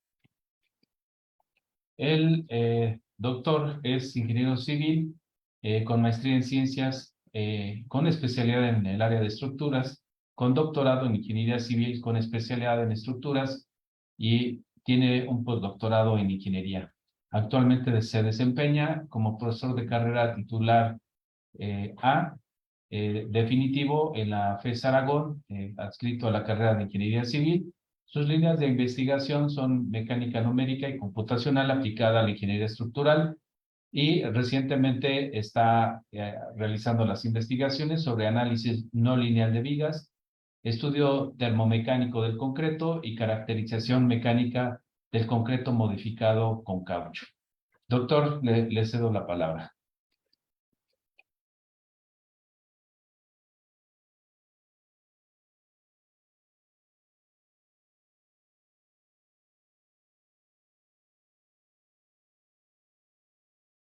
¿Nos escucha, doctor Jaime Retama? Ah, perdón. Sí, buenas tardes. Perdón, estaba yo hablando, pero con mi micrófono cerrado. Sí, no se preocupe. Gracias por la presentación. Estoy tratando de presentar, como es la primera vez que lo utilizo.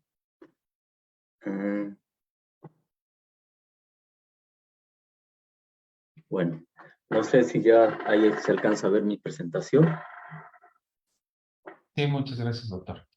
Bueno, pues este es un trabajo académico derivado del trabajo de tesis de un alumno de la licenciatura en Ingeniería Civil en FES Aragón, y en el cual se titula Análisis estructural de vigas sobre apoyos elásticos. Lo desarrollé junto con un estudiante que ya egresó, y es un trabajo meramente teórico, a diferencia de los otros trabajos que mis compañeros ponentes han estado presentando. Este es un trabajo teórico. Como una pequeña introducción al tema, algo que conocemos como vigas en el área de la ingeniería. Comento ingeniería porque es de manera general, no solamente en ingeniería civil, también en ingeniería mecánica y en otras áreas de la ingeniería. Este tipo de elementos comúnmente los utilizamos para soportar cargas. En especial, la teoría de vigas desde el punto de vista de la mecánica se define como un elemento recto, en el cual las fuerzas que actúan, básicamente lo que provocan al elemento estructural es un estado de flexión pura. Estas fuerzas, por lo tal motivo, siempre son perpendiculares al eje de la viga. No sé si aquí se alcanza a ver, este es el eje centroidal de la viga, y todas las cargas que actúan son perpendiculares a este eje. Esa es una definición básica de lo que es una viga dentro del área de la ingeniería, en especial ingeniería civil. Bien, dentro del contexto de vigas, pues básicamente tenemos dos tipos. Unas que se llaman de la teoría de Euler-Bernoulli y otras que se conocen como de la teoría de Timoshenko. Desde el punto de vista geométrico, lo que diferencia a estas vigas son las dimensiones.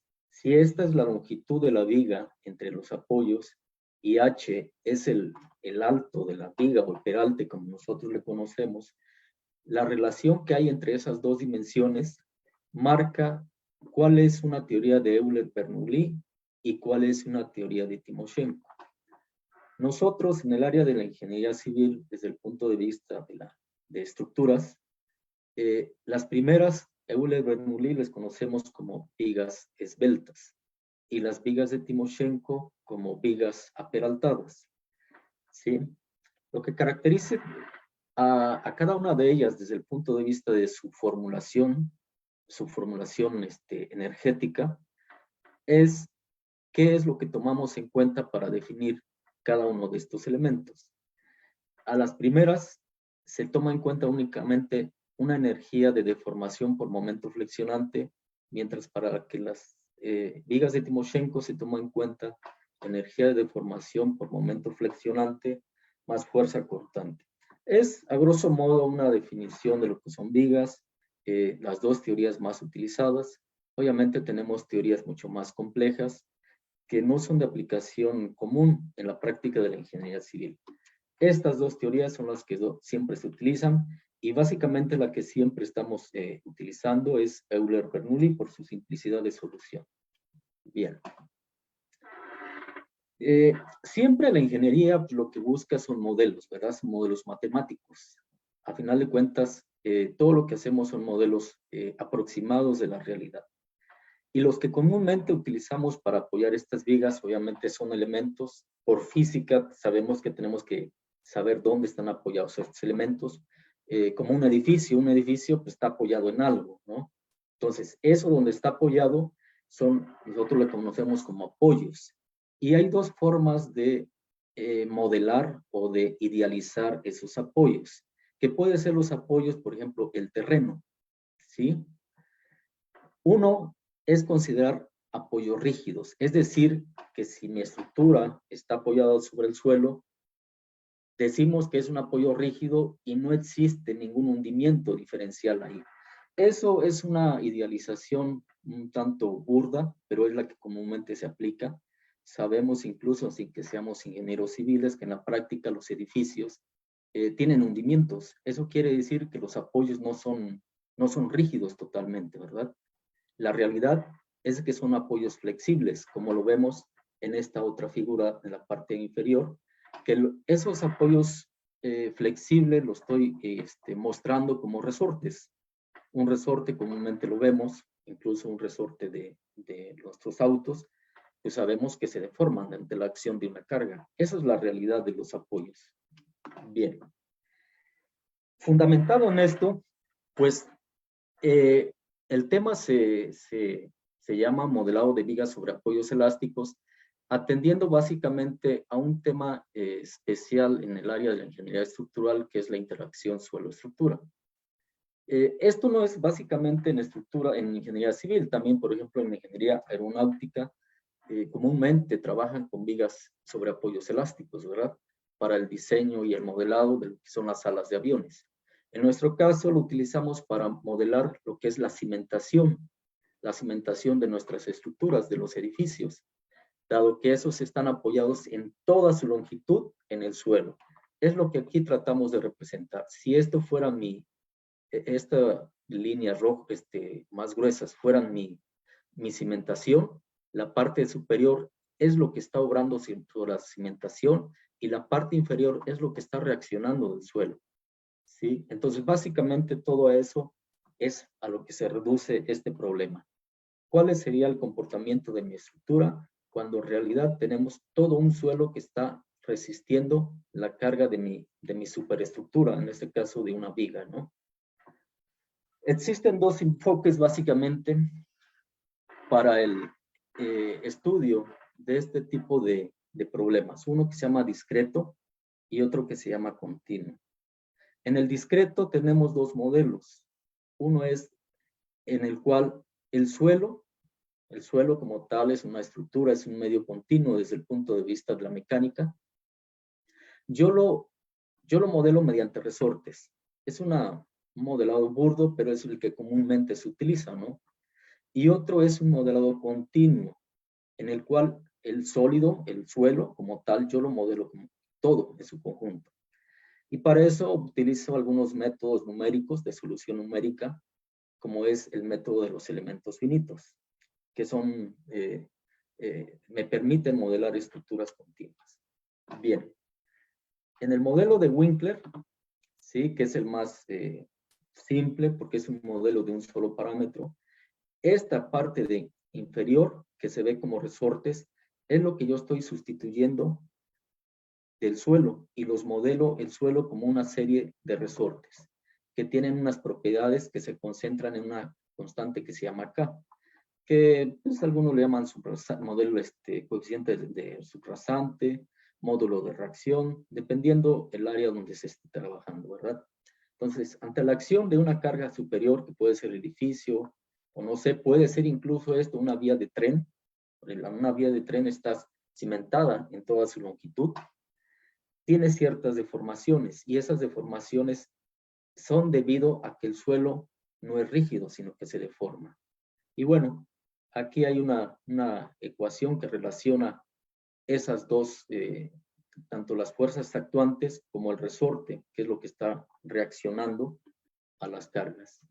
Otro modelo un poco más complejo, se llama modelo de dos parámetros, es el modelo de Pasternak. Este también es común utilizarlo en la práctica de la ingeniería estructural, sin embargo es un poco más complejo, ¿no? Y el tercer modelo es un modelo de elementos finitos, por ahí los que habrán escuchado de métodos numéricos, habrán llevado métodos numéricos en sus carreras o ingenierías, posgrados, pues es un método numérico básicamente, no es del área exclusiva de ingeniería, sí, de ingeniería.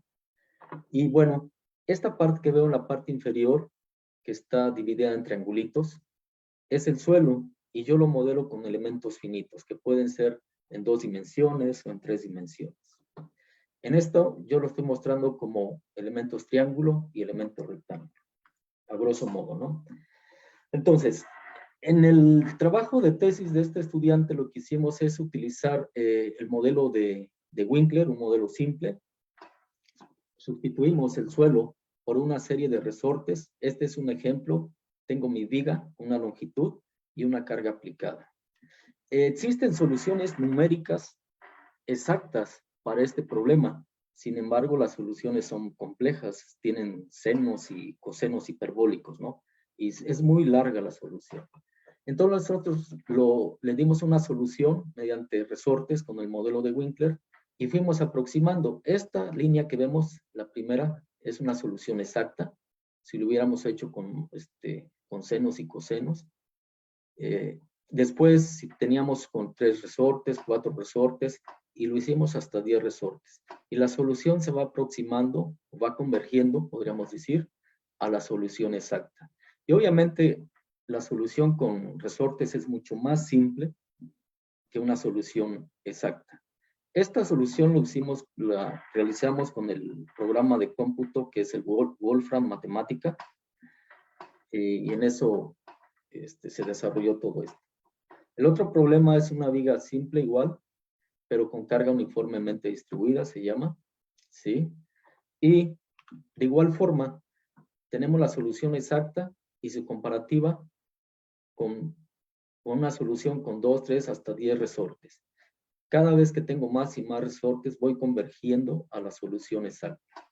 Obviamente, por los métodos son estables y convergentes, Por eso la solución siempre va aproximándose a la solución exacta, ¿no? Bien. Como comentaba, la realidad es que los apoyos no son rígidos, siempre existe una cierta deformación del medio de contacto. Y esto modelado que se tiene permite considerar esa deformabilidad del suelo. La solución exacta de la ecuación diferencial, como yo les comentaba, es un tanto compleja, por lo cual utilizar este tipo de soluciones numéricas pues aligera bastante el trabajo, permitiendo incluso modelar problemas mucho más complejos, no solamente como los dos ejemplos que yo les mostré. Se modelaron como 10, 15 casos, pero la complejidad es únicamente álgebra, no es tanto en cuanto a la solución numérica que se tenía. Bien, en cuanto a trabajos futuros, pues obviamente hay que tomar otras consideraciones. Esto nomás fue para un modelo de vigas de Euler-Bernoulli. Pues posteriormente se va a tomar en cuenta Timoshenko y lo que se busca es hacer un algoritmo numérico, de cómputo numérico, para pues, simular vigas de otras características, vigas con diferentes secciones, no solamente rectangulares como se hicieron en este caso, ¿no? En sí, ya hay por ahí un alumno que está trabajando, continuando este trabajo, y bueno, se espera sacar otro avance referente a estos modelados. Bien, por mi parte, pues eso es todo. Agradezco su atención. Buenas tardes.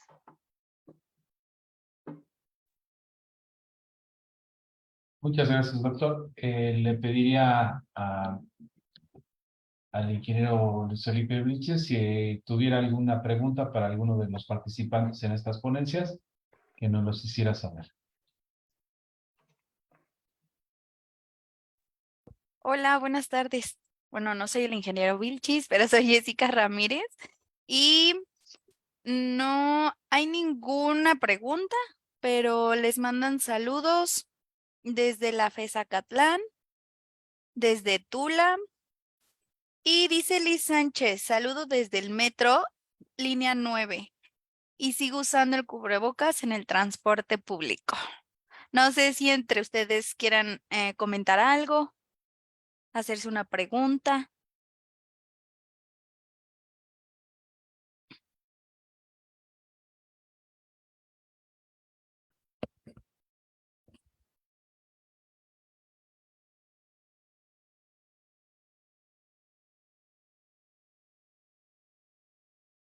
De mi parte no tengo preguntas, muchas gracias.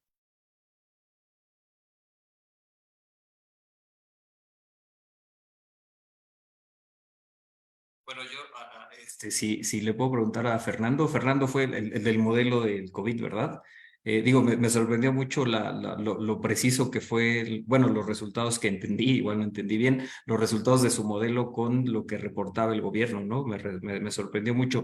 Lo que me generó un poco de duda, y digo, y siempre tuve esa duda de si lo que el gobierno, me imagino que tenía algún error en reportar esos casos de enfermedad y muerte, ¿no? No sé si eso también lo contemplaba su modelo.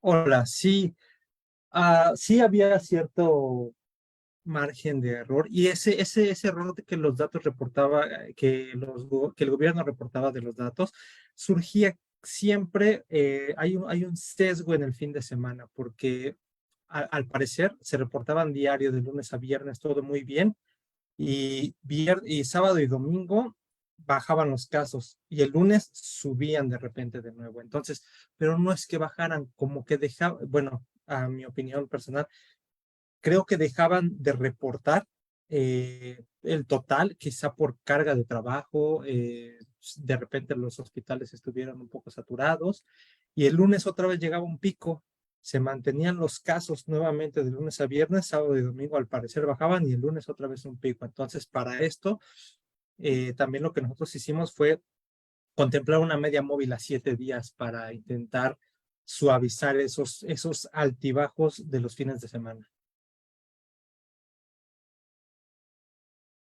Ok, muchas gracias. Gracias.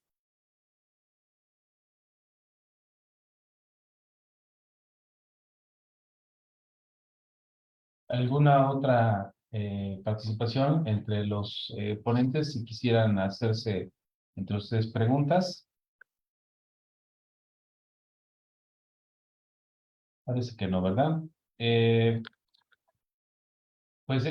Voy a cerrar la sesión agradeciéndole a todos los participantes, a los ponentes y a los asistentes que nos están siguiendo por Facebook. A nombre de la Universidad Nacional Autónoma de México, de la Facultad de Estudios Superiores Aragón, les agradecemos el interés y la participación en la sesión 19 de las Ciencias Físico-Matemáticas y de las Ingenierías del 16º Congreso de Investigación Multidisciplinario. Que tengan muy buenas tardes y felicidades a los ponentes. Muchas gracias. Muchas Gracias, hasta luego. gracias. Muchas gracias. Hasta luego, muchas Hasta luego. gracias.